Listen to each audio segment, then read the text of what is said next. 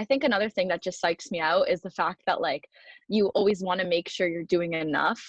And I think with any kind of standardized test, it's a really big, like, it could be a really big disadvantage for a lot of people, including myself, that I feel like I'm never doing enough.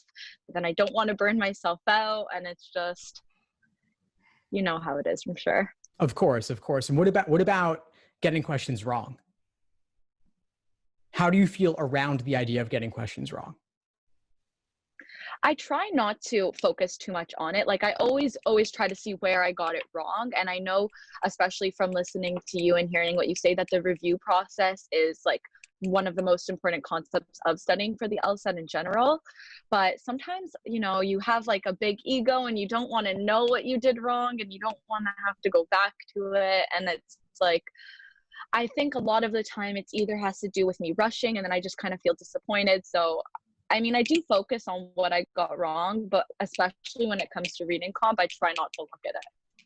Yeah. Okay. So this is something really important here. There's also like, there's two things here. There's potentially doing too much and running the risk of burnout, and then failing to review in favor of just doing more problems.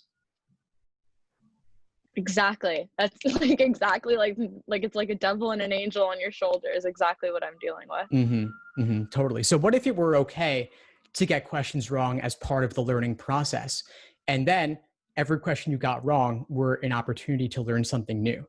How would that change your prep approach? That would definitely probably make me more aware going into each question, my weaknesses and where I need to kind of focus on more. But I think I have a problem just identifying what exactly I'm doing wrong.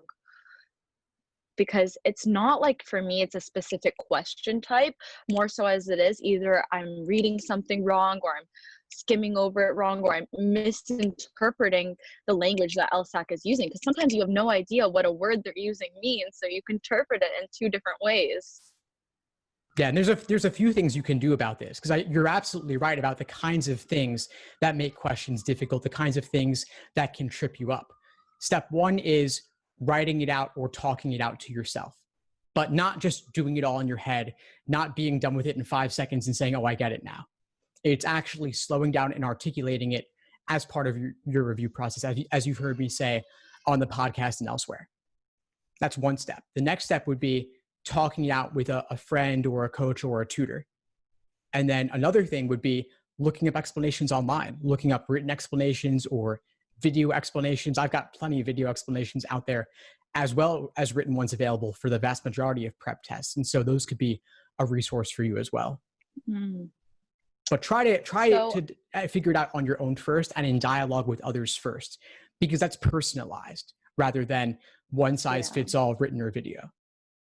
Thanks for tuning into the show. Please subscribe if you haven't done so already to be notified of new episodes as I release them. And feel free to reach out if you need anything at all as you move forward with your prep. I'm happy to help however I can. In the meantime, I'll wish you all the best and take care.